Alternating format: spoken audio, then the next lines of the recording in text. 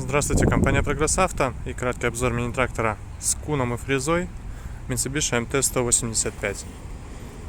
Сразу по косметике, немного по куну. Здесь у нас ковш на быстросъеме, предусмотрены все краники для гидравлики, все соединения прошприцованы, все это также быстросъемное, все размыкается очень быстро. Шины передние полностью новые, заменены, я так понимаю, были в Японии, но новые, потому что обычно на куне, как вы знаете, стирается быстро передний мост из-за того, что крутится на загруженной оси. Двигатель у нас здесь трехцилиндровый, думаю, отлично все это знают. Механический насос высокого давления, все без проблем работает. Клапан единственный электронный здесь есть, который по зажиганию отключает подачу топлива.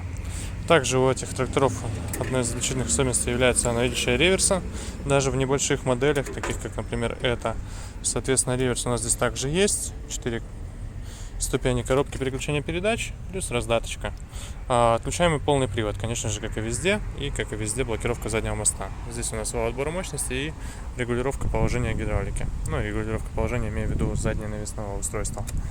По наработке 1057 моточасов. Обыкновенный гидрораспределитель.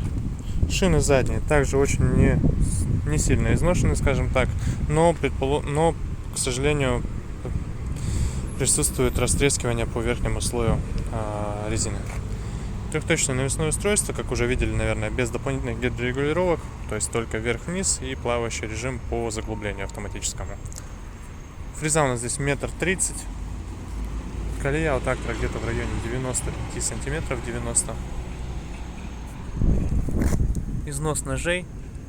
Износ, кстати, небольшой, остаток еще хороший достаточно, поэтому ножей очень надолго хватить должно. Ну, при условии, конечно же, использования непромышленного. Сейчас запустим трактор. Тяжеловато это сделать одной рукой, но тем не менее попробуем.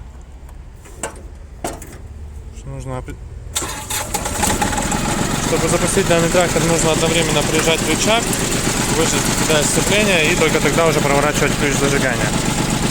Работает он достаточно ровно, сам мотор, но, к сожалению, есть вот такие нюансы по кузову. Но, тем не менее, я думаю, что проблем-то никаких не вызывает. Думаю, слышно, что по мотору все нормально. Естественно, гидравлика. Все это легко поднимается, опускается, без вопросов, достаточно резво. То же самое и позаду. Поэтому такой тракторочек, Mitsubishi MT-185. Люфтит, к сожалению, кузов. Немного вот эта вся история создает дополнительные шумы. Но по двигателю самому по себе все ровно достаточно. Работает он хорошо и без выхлопа, что самое главное. Поэтому такая вот МТ-шка 185 к нам приехала. Прогресс Авто. Всего доброго.